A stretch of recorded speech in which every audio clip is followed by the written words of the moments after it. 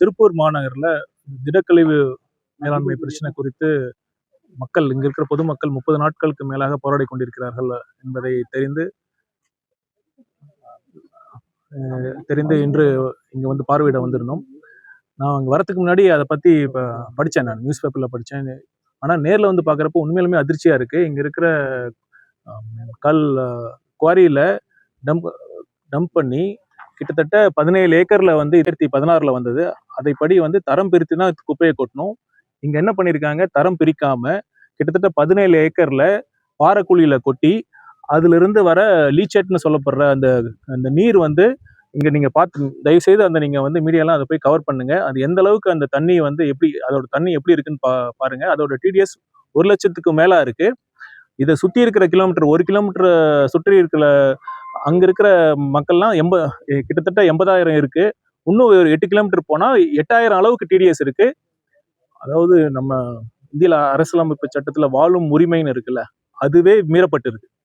அடிப்படை வாழும் உரிமை இங்க இருக்கிற மக்களுக்கு அது வந்து மீறப்பட்டிருக்கு. உண்மையிலுமே ரொம்ப அதிர்ச்சியா இருக்கு. இதற்கு காரணம் என்னன்னா பாத்தீங்கன்னா, இங்க திருப்பூர் மாநகராட்சியில மட்டும் 28 MCC, அதாவது மைக்ரோ கம்போஸ்டிங் சென்டர். அவங்க அதோட பணி என்னன்னா, இங்க இருக்கிற குப்பைகள் எல்லாம் கலெக்ட் பண்ணி அதை தரம் பிரித்து உரமாக கன்வெர்ட் பண்ணலாம், அதை வருவாயா கூட அது மாற்றலாம். ஆனா என்ன அதிர்ச்சியான விஷயம்னா, அது ஒரு சென்டர் கூட ஒழுங்கா செயல்படல.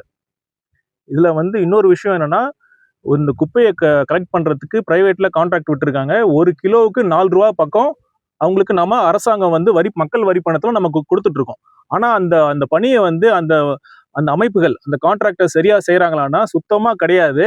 இதுல இங்க அடிப்படையே பிரச்சனையே இதுதான். இங்க இருக்கிற மிகப்பெரிய ஊழல் பிரச்சனைனால இங்க இருக்கிற மக்களும் சரி, இங்க இருக்கிற சுற்றுச்சூழலும் சரி மிகப்பெரிய அளவுல பாதிக்கப்பட்டிருக்கு. இது வந்து அந்த திமுக அரசு தெரிஞ்சுதான் பண்றாங்க. அவங்களால வந்து கண்டிப்பாக வந்து இவ்வளவு நாள் அவங்களால பண்ண முடியும்னா கண்டிப்பா பண்ணிருக்க முடியும். அவங்களால முடியாது. ஏன்னா இது வந்து அவங்க புலிவால் பிடிச்ச கதையா இருக்கு. கான்ட்ராக்டர்ஸ் வந்து பணம் வாங்கியிருக்காங்க. அவங்க வந்து இதை வந்து அவங்களால கேள்வி கேட்க முடியாது. இதுதான் இங்க அடிப்படை பிரச்சனை. அதனால இங்க வந்து இதை பாக்குறப்ப பெரும் அதிர்ச்சியா இருக்கு. மக்கள் எப்படி இங்க வாழ்றாங்கிறதே தெரியல. இங்க வாகனத்தை விட்டு இறங்குறப்பே நீங்களே பார்த்திருப்பீங்க, அந்த புகை வருது. அந்த புகை பாத்தீங்கன்னா, மழை பெஞ்சா அந்த புகை வந்து அந்த நெருப்பு அணையாதான்னு கேட்டா கிட்டத்தட்ட 100 அடிக்கு கீழே வந்து அந்த குப்பைகளை கொட்டி இருக்காங்க. மழை பெஞ்சாலும் சரி, மழை பெய்யலாலும் சரி, அது புகை வந்துகிட்டே இருக்கு. பெரிய ஒரு சுற்றுச்சூழல் அபாயத்துல நம்ம இருந்துட்டு இருக்கோம். டாலர் சிட்டின்னு நம்ம சொல்றோம். திருப்பூர் மாவட்டம் வந்து எந்த அளவுக்கு ஏற்றுமதியை வந்து சப்போர்ட் பண்றாங்க, எந்த அளவுக்கு வந்து வேலை வாய்ப்பு கொடுத்துட்டு இருக்காங்க.